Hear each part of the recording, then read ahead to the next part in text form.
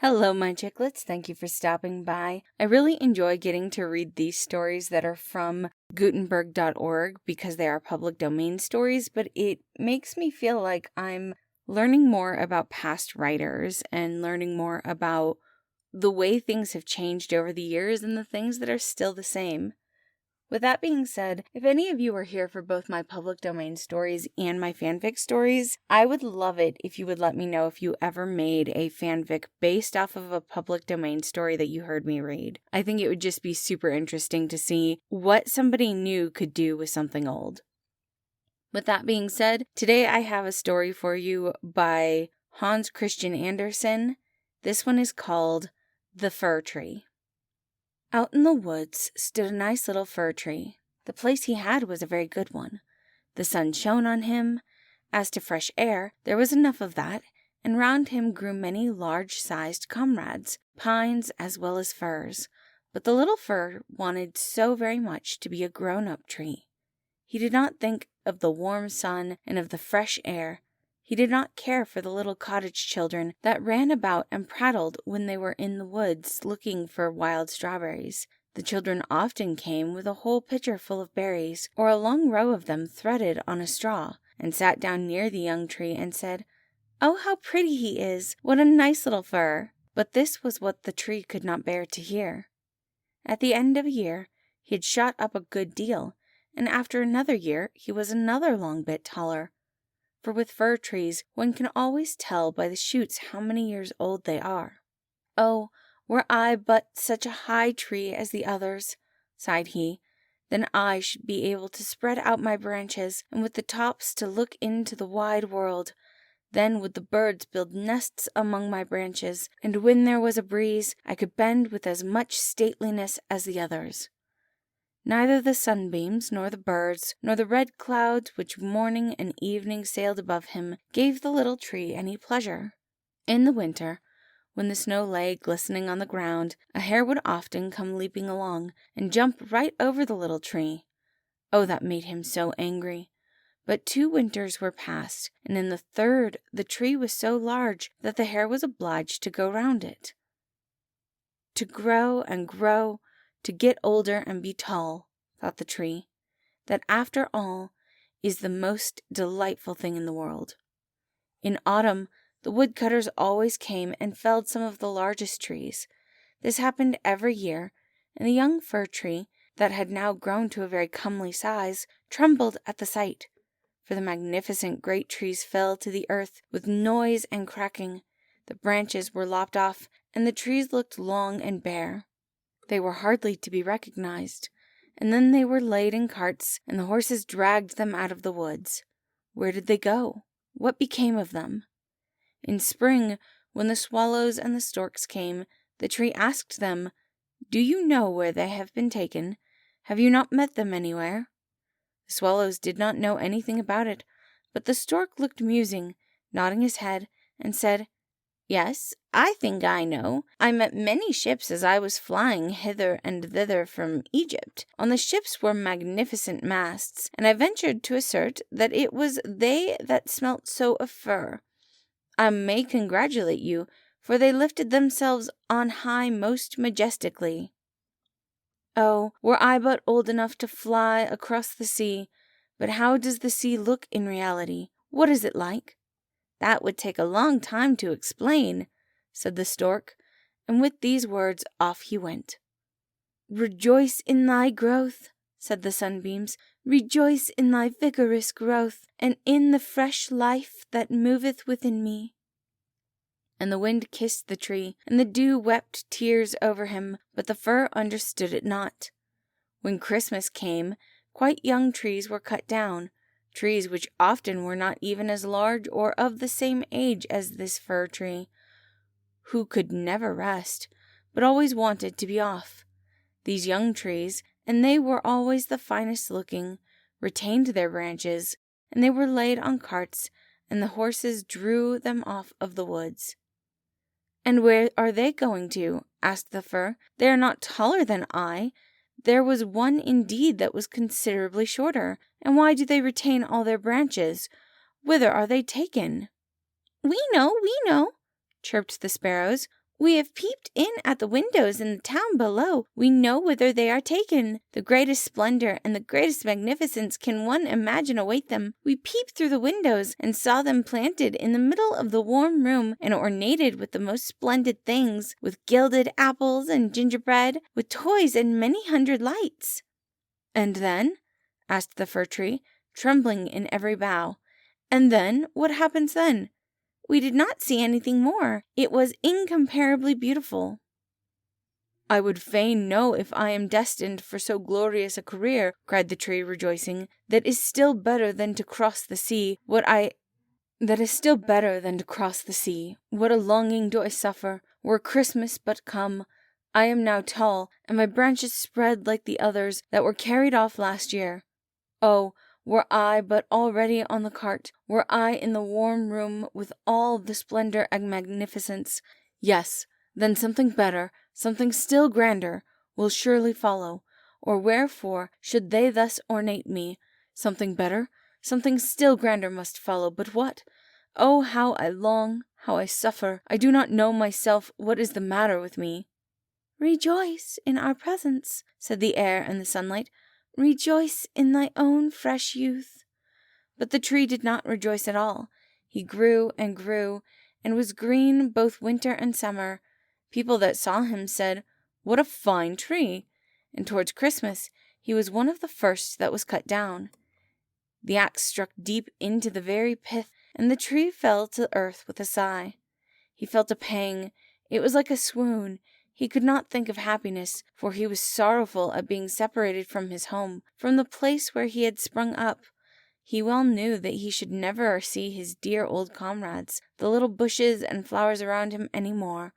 Perhaps not even the birds. The departure was not at all agreeable. The tree only came to himself when he was unloaded in a courtyard with other trees, and heard a man say, "That one is splendid. We don't want the others." Then 2 servants came in rich livery and carried the fir tree into a large and splendid drawing room.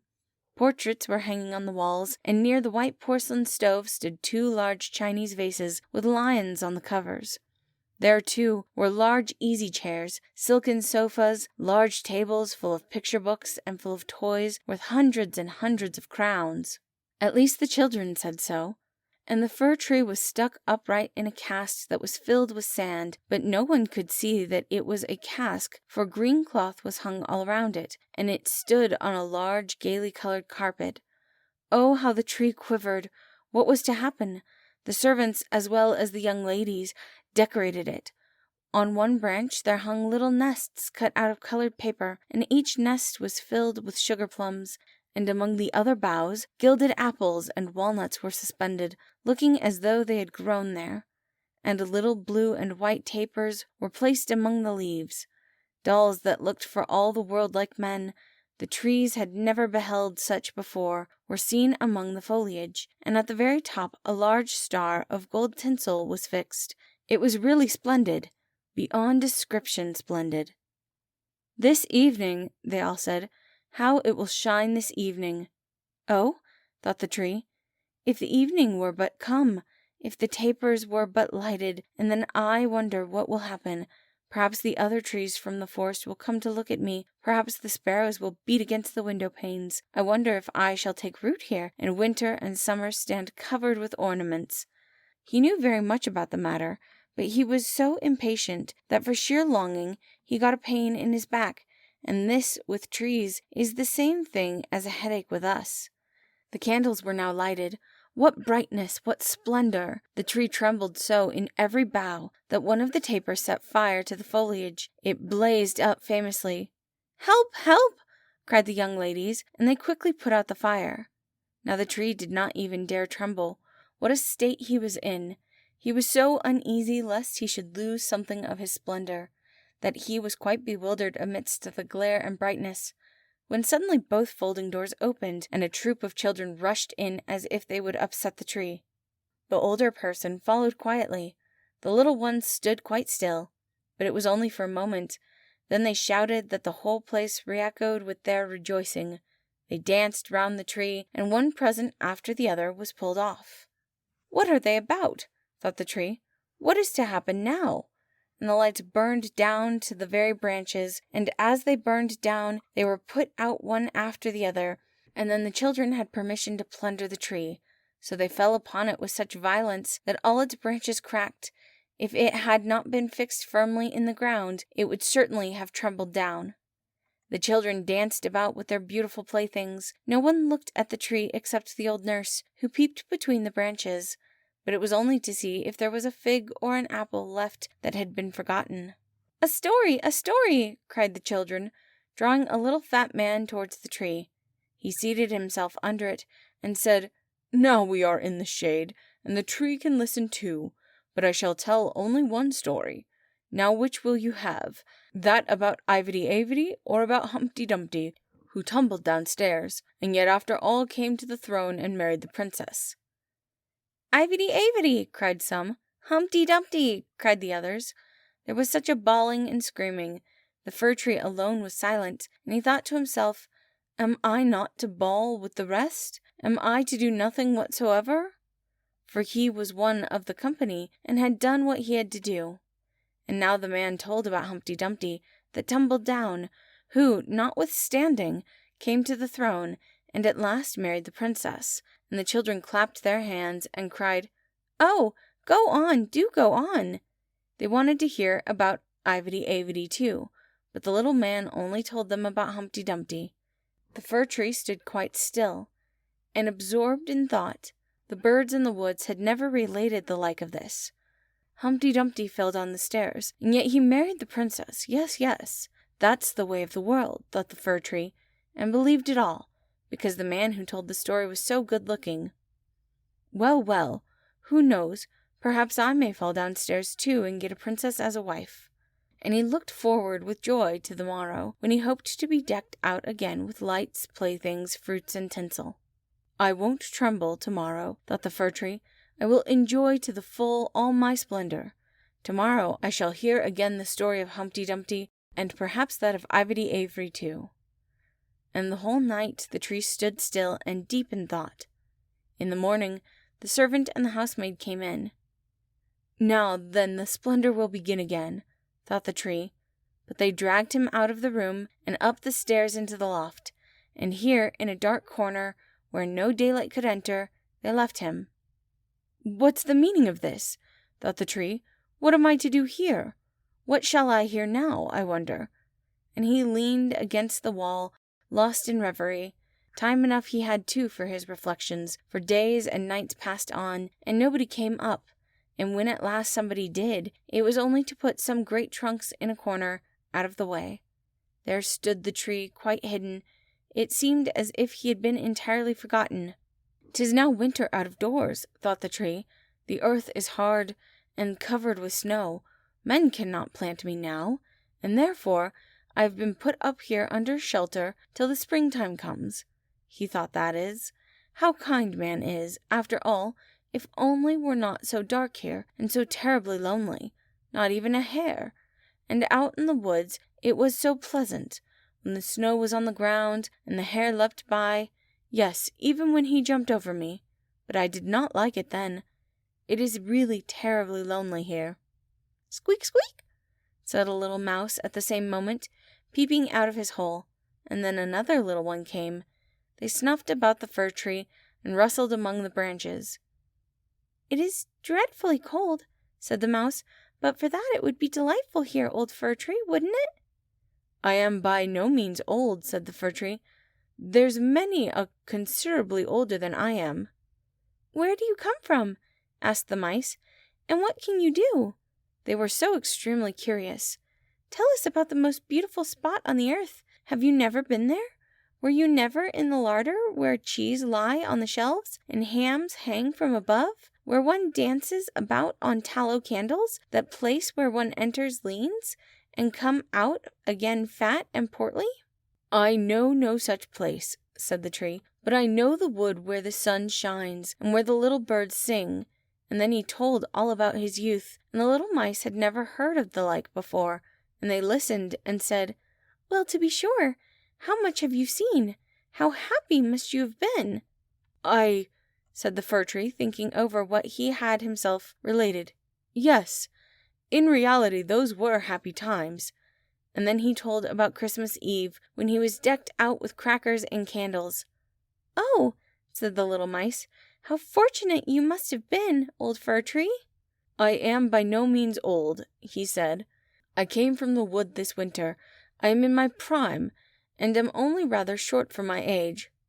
"What delightful stories you know," said the mice, and the next night they came with 4 other little mice, who were to hear what the tree recounted. And the more he related, the more he remembered himself, and it appeared as if those times had really been happy times. "But they may still come. They may still come. Humpty Dumpty fell downstairs, and yet he got a princess." And he thought at the moment of a nice little birch tree growing out in the woods. To the fir, that would be a real charming princess. "Who is Humpty Dumpty?" asked the mice. So then the fir tree told the whole fairy tale, for he could remember every single word of it, and the little mice jumped for joy up to the very top of the tree.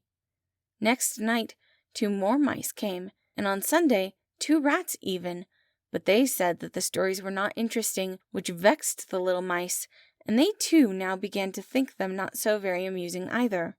"Do you know only one story?" asked the rats. "Only that one," answered the tree. "I heard it on my happiest evening, but I did not know then how happy I was." "It is a very stupid story. Don't you know one about bacon and tallow candles? Can't you tell any larder stories?" "No," said the tree. "Then goodbye," said the rats, and they went home. At last the little mice stayed away also, and the tree sighed. "After all, it was very pleasant when the sleek little mice sat around me and listened to what I told them. Now that too is over, but I will take good care to enjoy myself when I am brought out again." But when was that to be? Why, one morning there was such a quantity of people, and set to work in the loft. The trunks were moved, the tree was pulled out and thrown rather hard, it is true, down on the floor, but a man drew him towards the stairs where the daylight shone. "Now a merry life will begin again," thought the tree. He felt the fresh air, the first sunbeam, and now he was out in the courtyard. All passed so quickly. There was so much going on around him. The tree quite forgot to look to himself.